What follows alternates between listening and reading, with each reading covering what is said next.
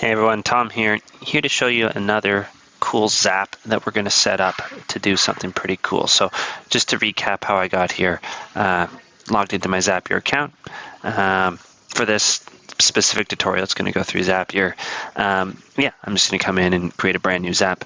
This here, awesome tool. I do recommend using it, but again, just for the sake of completeness for this video, we're going to build it from scratch. So what we're going to do is we're going to say basically a situation where we have a brand new Finmo application. So someone maybe logs in our website or we send them a link, we get a new application in Finmo, and automatically we want that file, the details of that file, to show up in this spreadsheet. So right now there's nothing in here. That's okay. That's intentional. We're going to fill this up automatically from Finmo, and we're going to do it through a Zap. So let's get right to it. I come in here, check Finmo. This is the first one we see here. And of course, we get to choose the event. There's a lot here, a lot of interesting ones here. The one that we're going to use is app started. Now, some of these other ones here, they do become interesting when you might be able to update the spreadsheet, right? Like if you look at the list of files, things like maybe the amount or the lender or even the rate, we probably don't know that when the app starts. We almost for sure don't know that. But hey, maybe once the deal is submitted, we get a response from the lender, these things might become more well known. And so we might want to use these later and maybe update our spreadsheet. But for now, we're just going to keep it simple, and we're going to do it just create. So new application equals new row on my spreadsheet. So we're just going to do that. And we'll hit continue. Next step, connecting Finmo. Of course, it's asking for an API key. So how you do that, if you go over into Finmo, jump into your settings. Now, if you don't see the settings here, that means you might not be the team leader, and you need to be for this. Now, your team leader might enable you to use this. You could ask them, but you have to be careful now because this is at a team level. So let's say you have another broker on your team, you're also getting their deals coming through. So it's a little bit tricky if you aren't the team leader and you need that request. So, I just kind of be aware of those cautions as you go forward. But we'll jump in and grab this. So all I did was generate new token. I scrolled down on the left-hand side to integrations, Zapier, generate new token. This pops up. You can see it says, hey, it's not going to show it again. Not a huge deal for this one because if I forgot to do it, I can always just generate a brand new one. But I got it. So we're going to grab this again, pop it in, and then continue. It'll take a second. Oh, didn't take too long. And there we go, right? So yeah, now we're connected. This is to my demo account, Finmo, and that's great. So we'll continue here and do a quick test, see the kind of data that we get back. Great, got it back. See, there's a lot of stuff here. So who the team member is, the deal ID, things about the borrower, like the name and the email address, even the phone number. You can also get a little bit fancy too, right? You can actually see where did they sign up, IP address of the sign up city. That's pretty cool stuff. I'm not going to use it in this exact video, but you can see that kind of stuff does come through, and even a link back to the deal. It's all there. So that's pretty great. Now, how do we take this and actually get it into the Google Sheet there? So next thing we're going to do, of course, you can come in here and do Google Sheet. Now, there's a lot of other things in here, like if I just type in Sheet, well, Zoho Sheet, that's another popular one we see people use. What would be another one, like the Excel Online, that sort of thing. Microsoft Excel, you can see that online. But okay, we'll go Google Sheet here. Pop that in, and what we're going to do is we're going to create a spreadsheet row, right? So this is saying specifically in my spreadsheet here that I have, we're going to create a brand new row, create a spreadsheet row. Continue.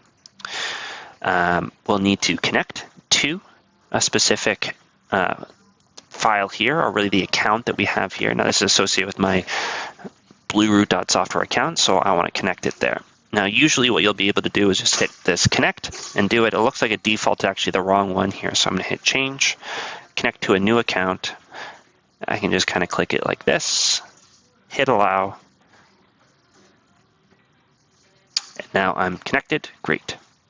And now finally, I get to come in here and basically choose. So it's asking for my drive. If you had other drives, if you had a bunch of other things alongside here, there might be different options. But for me, I just have the one. And now it's asking for which spreadsheet. So you can see that it's just going to list all my spreadsheets. So I have other ones in other folders. It doesn't really differentiate by folder, but I'm just going to use this list of files. That's the one I have here. And within there, which worksheets. And this confuses people sometimes, but it just basically says if I had down here many different worksheets, then I get to choose which one it goes into. So I only have the one, so that was easy, and I popped it into there. And so now it's in there, and so now basically you can see it's pretty smart. It actually went into my Google Sheet, and it saw, I didn't put that in, it saw all these things that I had specified, and it put them into here as things that I can fill out. And so now I'm just going to kind of go through this and go one by one. So I'm going to say, well, where's the ID? So this is saying the ID. I like to use this one. Which one is it? It's the one that has like the -M in it. Maybe it's not called ID. I'll pause it just while I find it. Yeah, it's too long for this, but it's this internal. If I had to hit this more button to find it, but I like this one, so I like to do that for my number there. Pop it in. Transaction type, I don't think it comes through. Too bad. So we'll just exit that. Client name, we're able to get that. Tom space tester, great. And then finally, their email address, I get that as well. Now, you can see I also got the phone number, and that's probably useful. I probably should include that. So I could come back and I'll show you how I could make a quick edit in a second, but let's complete this. And then we're going to test the step. So that looks good. It looks like it has a checkbox beside it. So let's jump over here. And yeah, sure enough, there it is. Tom Tester has all these different things here, and it's all good to go. Pretty cool. So that's good. So it looks like that worked. I'm just going to hit publish. And the last thing, as I said in my previous videos, you got to make sure you do, and it's a best practice, just to rename it. So create Google Sheet row from Finmo app. Now the thing that I was talking about is, okay, what if I actually want to include the phone number and maybe even the deal link? So let's do that. Say this client phone number and deal link. Let's try that. So what I'm going to do is I basically can just add those two things in here. And then when I come back into here, if I hit edit here and I go over to my action, it should be able to pull those in. So I don't see them right away, and that's okay. I can hit this refresh button. And yeah, sure enough, there it is. So now I can come in here and I can throw in that phone number, great. And I can also do the deal link. There we go. And we'll hit continue and publish that. And this is just version 2, whatever, added phone number. I'll publish. So that looks pretty good. Let's try it out for real to see how it could actually work in practice and also to see those changes that I just made. So I'm jumping over to my Finmo account here, and I'm basically going to pretend that I am a borrower. So I'll go back to my dashboard. I can click here and I can see my personal app link. And now I am in the borrower view, right? So I'm testing it out. So now I'm going to call this Zapier tester. This is the person's name, Zapier tester2@gmail.com. 519, that's mine that I use when I grow up. So there you go. And then whatever, I'll just put in a random password. And we'll hit sign up. And so that should do it. That should start the application. I think I might have to do just a couple more here. I can put in a couple more details. 20% sure, whatever, owner occupied, as soon as possible, saving. I think that is at least between those two things, actually doing the app and putting in some basic details should get me off to the races. So I'm going to pause here and I see it come. And so, yep, I just had to pause. It took a second or two. There it is in my Finmo account, the Zapier tester person. If I go over into here, I can check out my Zap runs. Let me refresh this. Yep, there it is. Great, came through. Awesome.